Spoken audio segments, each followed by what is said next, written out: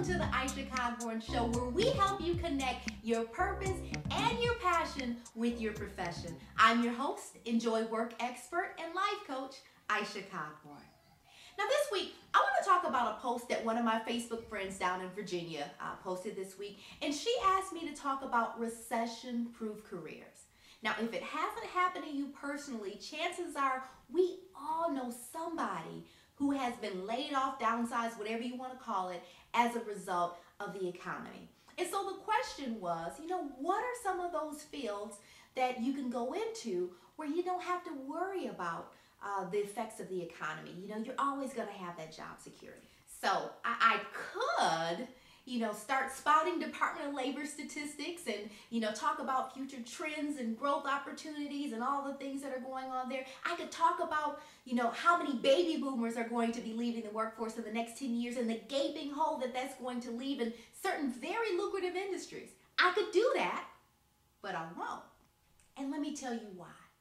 Chances are, the reason that many of you who are anxious to escape the jobs you're in today is because you were chasing the statistics. And so this time, I want you to take a step back and not just look at where are the jobs going, where is the growth. I want you to think about where's your heart at?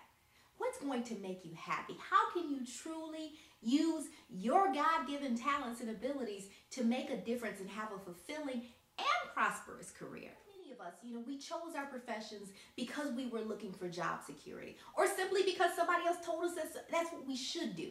You were good in math or science, and that teacher told you, you should really be an engineer. They make good money, and there's lots of engineering jobs out there. So you declared your major in engineering before you even had a clue what engineers even did. Or you decided to major in business because, hey, that sounds like a safe enough bet, right? There's always going to be businesses in there. But slaving away in a cubicle or being handcuffed to your BlackBerry, not exactly what you had in mind. So when we think about job security, the lives that our parents or our grandparents had, where they knew as long as they got up and they were on time for work every day, as long as they put in an honest day's work, that they were going to have that job as long as they wanted it. And they'd retire when they were ready, get their pension and their grandfather clock, and live happily ever after. Well, that's not our reality. Job security, you know what? You might as well file that away with the A-Track and the Betamax, because it's a thing of the past. I'm sorry to tell you that.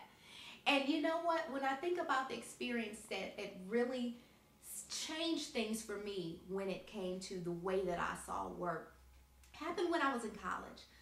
My father, who had been working for the same company for 23 years, on his 23rd service anniversary, in fact, he was downsized. He was 2 years away from being able to draw his pension. And with no prospects on the horizon, they were paying anything even close to what he was used to earning. We saw everything that he worked so hard for crumble. I realized at that point that any job that I had, it didn't belong to me. A job is nothing more than a contract. And as long as it's a mutually beneficial relationship between you and that employer, then you'll have a job. But if at any point they can figure out a way to do your job more efficiently, more effectively, or cheaper, or if paying your salary jeopardizes their ability to stay in business, then that contract could end. No matter how hard you work, no matter how good you are at what you do. Now, I don't mean to be Debbie Downer, I really don't. But you've got to get a realistic picture of what a job is if you're going to be able to effectively manage your career. Now, it's important to note that we're making a tremendous shift from a labor-based economy to a knowledge-based economy.